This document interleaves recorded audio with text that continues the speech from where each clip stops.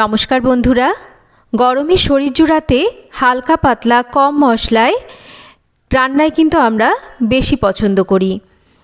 আর আজকে সেই রকমই একটা একদম কম মশলায় ঝিঙের রেসিপি বানিয়ে দেখাবো।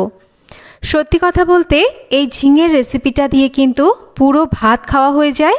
আর তাছাড়া রুটি খেতে গেলে কিন্তু একটা থেকে দুটো রুটি বেশি খেতে বাধ্য হবেন। খেতে কিন্তু অত্যন্ত সুস্বাদু আর বানানোও কিন্তু খুবই সহজ।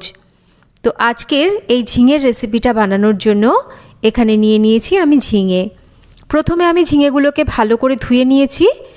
আর ঝিঙে কাটার পর কিন্তু ধোবো না, ঝিঙের খোসাটাকে ছাড়িয়ে নিচ্ছি। ঝিঙের খোসা যেহেতু আমরা প্রায় প্রত্যেকেই খাই, মানে এখন যেহেতু একদম কচি ঝিঙে, আর এই কচি ঝিঙের খোসা কিন্তু বিভিন্ন রকম রেসিপি মানে বিশেষ করে বাটা খেতে বেশি ভালো লাগে। তাই এই ঝিঙের খোসা যেহেতু খুবই নরম আর পাতলা হয়, এই খোসাটাকে কিন্তু এখন পুরোপুরি না ফেললেও চলে। তো আমি ঝিঙের খোসাটাকে কিন্তু অল্প অল্প রেখেই বাদবাকি খোসা বাদ দিয়ে নিয়েছি। এবার ঝিঙেটাকে ঠিক এই রকম করে কেটে নিচ্ছি। একটু এরকম রিং রিং করে কেটে নিচ্ছি, খুব বেশি কিন্তু পাতলা করছি না। খুব বেশি যদি পাতলা করে কাটা হয় তাহলে কিন্তু ঝিঙেগুলো একদম গলে যায়। ঠিক এই রকম এক কর মতন করে একটু মোটা মোটা করে রিং করে কেটে নিয়েছি। আর একটা আলু লাগছে, আলুটাকেও কিন্তু একটু এরকম পাতলা করে কেটে নিচ্ছি। একটু যদি আমরা সবজিগুলোকে সামঞ্জস্য রেখে কাটি তাহলে কিন্তু সবজিগুলো সমস্ত সবজি একসাথে খুব সুন্দরভাবে রান্না হয়। আলু ঝিঙে কেটে নেওয়া হয়ে গেছে। এবার রান্নার জন্য তেল গরম করে নেব। খুব যে একটা বেশি তেল এই রান্নায় প্রয়োজন সেটা কিন্তু নয়, খুব অল্প তেলেই মানে যেটুকু প্রয়োজন সেটুকু তেলেই কিন্তু রান্নাটা হয়ে যায়। তেলটা গরম হলে আমি কয়েকটা বড়ি ভেজে নিচ্ছি। বড়িগুলোকে বেশ লাল করে ভেজে তুলে নিলাম। এবার একটু কালো জিরে ফোড়ন দেব।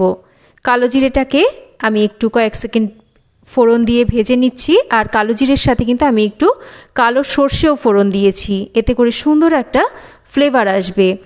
সর্ষে আর কালো জিরেটাকে বেশ একটু ভাজা ভাজা করে নেওয়ার পর ফোড়নটা চলে আসলে দিয়ে দিচ্ছি আলুগুলো।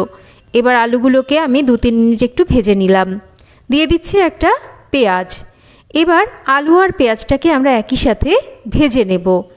পেঁয়াজ আলু সমস্তই কিন্তু সুন্দরভাবে দেখুন নরম হয়ে এসছে। খুব বেশি কিন্তু পেঁয়াজটাকে পুড়িয়ে ফেলবেন না। পেঁয়াজটা সুন্দর এরকম হালকা সোনালি রং হয়ে যাবে, একটু এরকম নরম ভাব হয়ে যাবে, এই পর্যন্তই ভেজে নিতে হবে। এবার আমরা ঝিঙেগুলোকে দিয়ে দেব।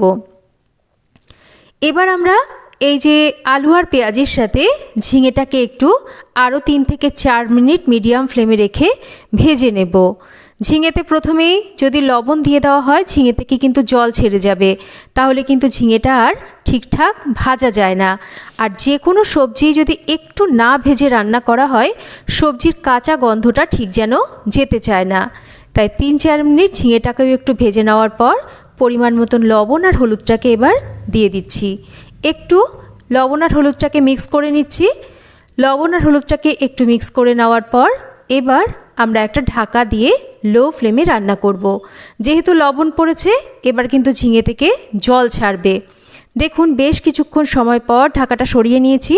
দেখতেই পাচ্ছেন ঝিঙে থেকে কতটা পরিমাণ জল ছেড়েছে। আমি কিন্তু কোনো রকম আলাদা করে এখানে জলের ব্যবহার করিনি। আর এই রান্নাতে কিন্তু আলাদা করে জল দেওয়ার একদমই প্রয়োজন পড়বে না, জল ছাড়াই রান্নাটা হবে। ঝালের জন্য বেশ কয়েকটা চিড়ে নেওয়া কাঁচা পাকা লঙ্কা দিয়ে ভালো করে একটু মিক্স করে নিয়ে আবার একটা ঢাকা দিয়ে রান্না করে নিচ্ছি। রান্নাটা এই সময় কিন্তু একদম একটু লো ফ্লেমে করবেন, তাতে করে রান্নাটা সুন্দরভাবে হবে। বেশ কিছুটা সময় পর আবারও ঢাকাটা সরিয়ে নিয়েছি। ঝিঙে আলু এগুলো কিন্তু সুন্দরভাবে সেদ্ধ হয়ে গেছে। একটু এরকম নাড়াচাড়া করে মিশিয়ে নিলাম। এবার একটুখানি আমি স্বাদটাকে ব্যালেন্স করার জন্য মিষ্টি দিচ্ছি, এতে করে খেতে ভালো লাগবে। তবে অনেকেই ঝিঙে নিজস্ব একটা মিষ্টত্ব ভাব আছে, ঝিঙেতে কিন্তু মিষ্টি দেন না। যারা অপছন্দ করবেন তারা মিষ্টিটা নাও দিতে পারেন, তবে আমার মনে হয় একটু হালকা মিষ্টি দিলে স্বাদটা ভালো আসে। একটু মিক্স করে নিয়েছি, বেশ ঝিঙে আলু এগুলো কমে গেছে। আর এই যে জল ভাবটা সেটাও শুকিয়ে এসেছে। এই যে আগে থেকে যে বড়িগুলোকে ভেজে রেখেছিলাম এবার এই বড়িগুলোকে একটু আধ ভাঙা করে ওপর থেকে দিয়ে দেব। বড়িগুলোকে কিন্তু একদম নামানোর আগে দেবেন, তাতে করে বড়িগুলো খুব একটা নরম হবে না, বেশ একটু মুচমুচে ভাব থাকবে, আর এগুলো যখন মুখে পড়বে খেতে ভালো লাগবে।